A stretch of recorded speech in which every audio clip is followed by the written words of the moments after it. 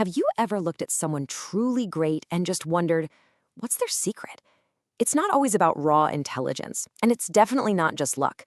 No, there's a secret weapon, a hidden way of thinking that lets some people see the world with this incredible clarity, while the rest of us are just stuck in the fog.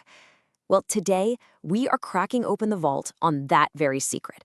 We're going to pull back the curtain on a powerful system for thinking built by one of the greatest minds of our time.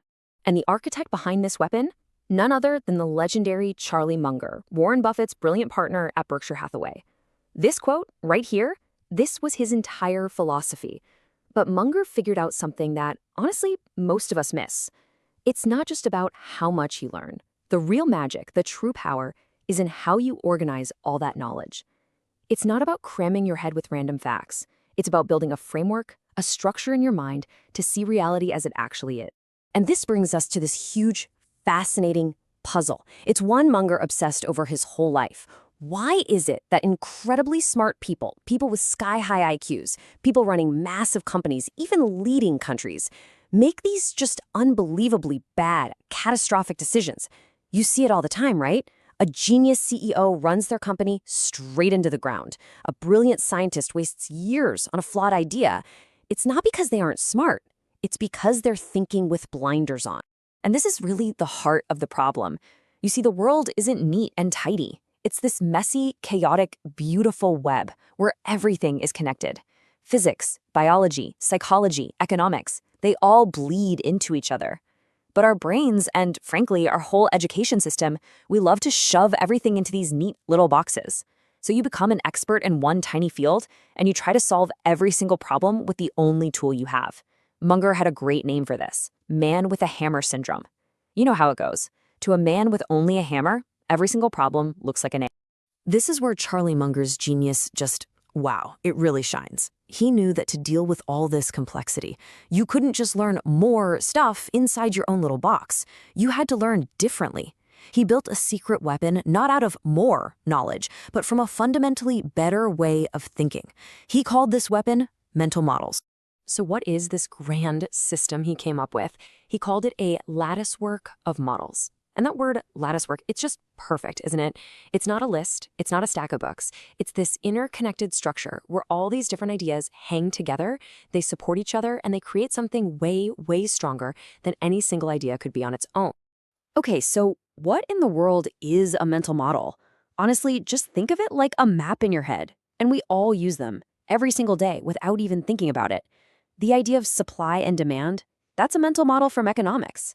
The phrase practice makes perfect, that's a mental model for learning a new skill.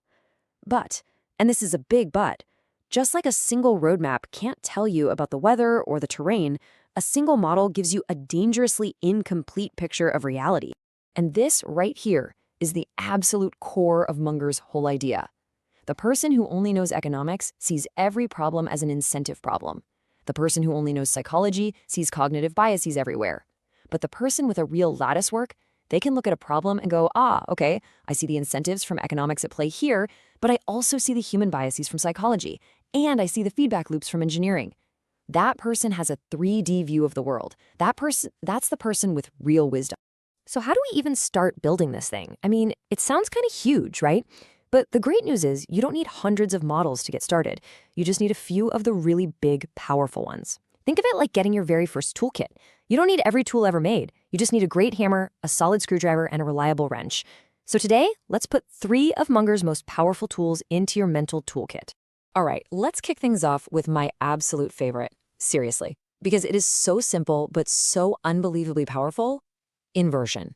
The great mathematician Carl Jacobi famously said, invert, always invert. And Munger took that to heart. See, most of us try to solve problems by thinking forward. We ask, how can I achieve success? Inversion flips that completely on its head. It makes you ask a totally different and often way more useful question. Here's how you do it. Super simple. First, figure out what you want. Let's use Munger's world, making great investments. Now, invert it. Ask yourself, what would absolutely guarantee that I fail as an investor? Well, you'd overpay for stocks, you'd invest in businesses you don't understand, you'd take on a ton of debt, and you just follow the crowd. Boom! All of a sudden, by listing out what guarantees failure, you have an amazing checklist of what not to do. Munger lived by this. As he put it, it's just remarkable how much of an edge you can get by simply trying to be consistently not stupid, instead of trying to be very intelligent. Okay, let's grab our second tool. This one is all about intellectual honesty. It's called the circle of competence. Now, the idea is incredibly simple, but putting it into practice is, well, it's really, really hard. It's about knowing what you know, and maybe even more importantly, knowing what you don't know. It means you have to draw a circle around the things you deeply understand, and then have the humility to stay inside that circle when you're making big decisions. And look, the difference between being inside and outside that circle is it's night and day. Inside your circle, you've got a real edge. You get the key variables, you can make good decisions. But the second you step outside that circle, you're not an expert anymore. You're just guessing. You're the person at the poker table who doesn't know who the sucker is. And you know what they say? If you've been playing for 30 minutes and you still don't know who the sucker is, well, newsflash, you're the sucker. Know your circle. Stay in it. And that brings us to our third and final tool for today, second-order thinking. Okay, listen up, because this is what separates the beginners from the grandmasters. Almost anyone can figure out the immediate result of an action. That's first-order thinking. But very, very few people can trace the ripple effects of that action way down the line. That is second-order thinking. The key to unlocking this powerful way of thinking is to constantly ask yourself one simple question. And then what happens? Think about a simple idea, like giving everyone $1,000.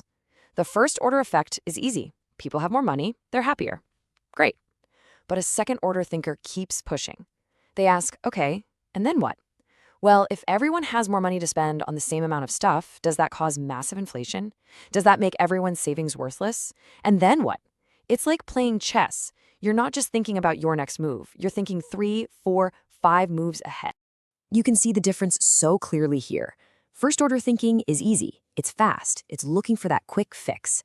Second-order thinking, that's hard work. It's complex. It's long-term. It's the difference between saying, I want this, and saying, I want this, and I've really thought through all the consequences of actually getting it. It is a much smarter, more responsible way to make decisions. All right, so there you have it. 3 powerhouse tools for your toolkit: inversion, circle of competence, and second-order thinking. But this is just the start, right? The goal isn't just to have 3 tools. It's to build your own rich, diverse latticework of models. The big question is, how do you actually do that? Now, before your brain starts to melt thinking you need to learn literally everything in every textbook, take a look at this number. Munger himself figured that you don't need to know everything. He believed you only need about 80 to 90 of these core fundamental models to have a massive leg up in life. Just think about that for a second. Not thousands, not even hundreds, just 80 to 90 key ideas. I mean, come on, that's doable. That's incredibly empowering. It means real wisdom is within reach for anyone who's willing to do the work. So what's the game plan? How do we start collecting these things? First, you have to read. A lot. And most importantly, read widely. Get out of your comfort zone. If you're a business person, read a book about biology. If you're an artist, read about physics. And as you're reading, don't just hunt for facts. Hunt for the big, timeless ideas, like natural selection from biology or critical mass from physics. Then, and this is the most important step, you have to practice using them. Take a problem from your own life and ask, how would an engineer see this? How would a psychologist see this? And finally, you never stop. Just like Munger said right at the beginning, a life properly lived is just learn, learn, learn all the time. So I'm going to leave you with this. You've just been handed a powerful new way to see the world. You've got a few new tools in your mental toolkit. So my challenge to you is this. What's that one problem at work, in your life, somewhere in the world that you are going to look at totally differently tomorrow? Are you going to invert it? Are you going to think about your circle of competence? Are you going to ask, and then what happens? Because the moment you start doing that, you've taken your first real step on the path to wisdom.